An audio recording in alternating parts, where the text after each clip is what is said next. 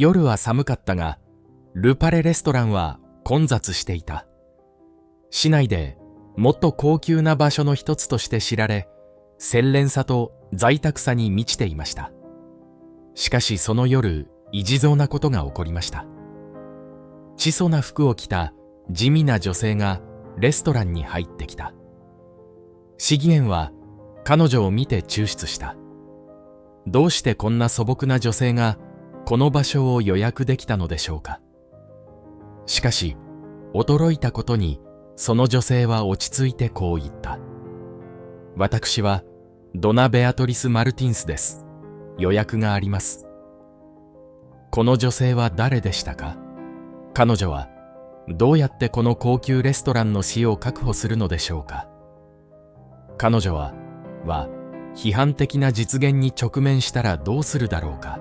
ウェイターは彼女を戦争や他の客の犬種の目から離れた遠くのテーブルに案内した。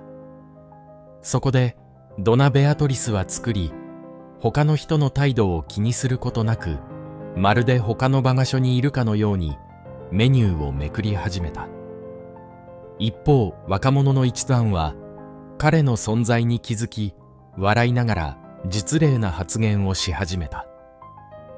あれを見てよ、市場から来たみたいだと若い男性がコメントした。しかしドナ・ベアトリスは反応しなかった。彼の弱音さはどんな攻撃の試みも無理化させるようだった。この若者たちは誰だったのでしょうか。彼らはなぜそのような行動をとったのでしょうか。ドナ・ベアトリスは尊厳を保つことができるだろうか。そして後で彼女に流行ったら何が起こるのでしょうか。レストラン内の緊張が高まっていた。冗談を言ったり笑ったりするたびに、その素朴な女性は人々からさらに遠ざかっているように見えた。しかしその時、レストランのドアが開く音がした。されが高く商品なスーツを着た男性が入ってきた。全員の実現がカレニンに向けられた。それは国内最大級の金融コングロマリットの CEO カルロス・マルティンス氏だった。彼はドナ・ベアトリスに近づき、驚くほど落ち着いてこう言いました。お母さん、遅れてごめんなさい。愛情のこもった態度で、彼は彼女の隣に作りました。何が起こっていたのですか。その女は誰でしたか。その素朴な女性は、市内で最も権力のある男性の一人の母親だったのだろうか。彼女はどうやってこのレストランの予約を取っておいたのだろうか。カルロスは辺りを見回し、恐ろしいほどの利強さで立ち上がった。彼はまだ静かに笑いながら、もう少し楽しい時間を待っている若者のグループを見つめていた。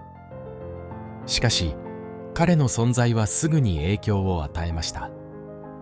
残念ですが、皆さんの中には周りの人を過小評価している人もいると思います。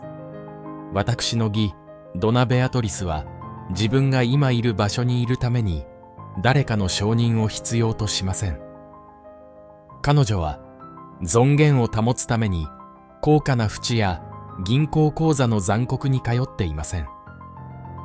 彼女は彼女の行動と人生によって彼女自身を形成している。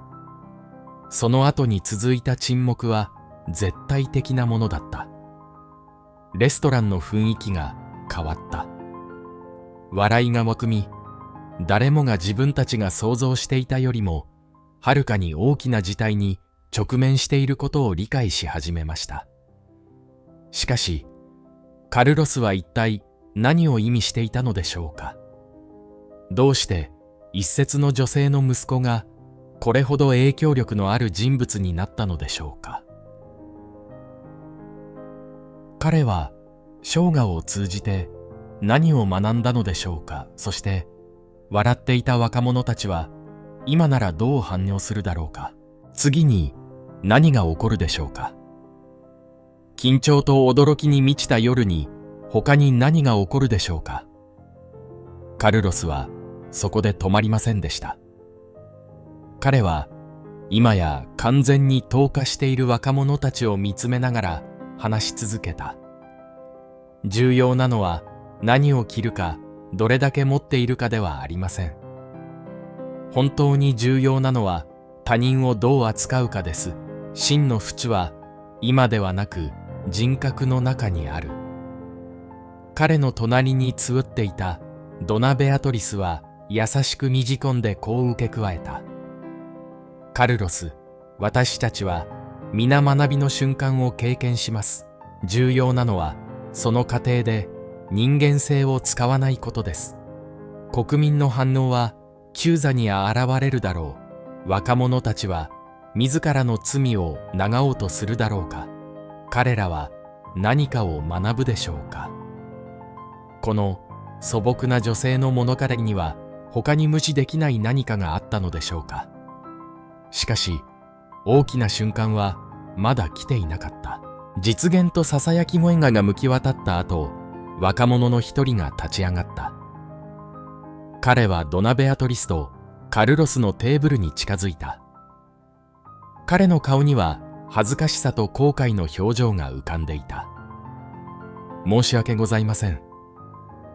彼はドナ・ベアトリスの目を見つめ続けることができず、つぶやいた。彼女は彼を見つめ、いつもの落ち着いた様子でこう答えた。心配しないで、息子よ。許しは贈り物です。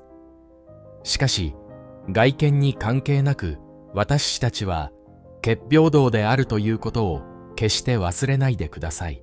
その言葉は、その若者だけでなく、その場にいた全員の心に深くがむきました。普通に見えたその夜は、学びと尊敬の締めとなった。その若者は本当に授業を理解したのだろうか。そして、それは彼にとって将来何を意味するのでしょうか。彼はその瞬間から行動を変えるでしょうか。ドナ、ベアトリスとカルロスの物語はどのように終わったのでしょうか。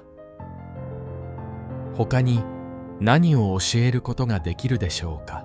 ドナ・ベアトリスとカルロスが立ち上がってレストランを取った時、雰囲気は反省に満ちていた。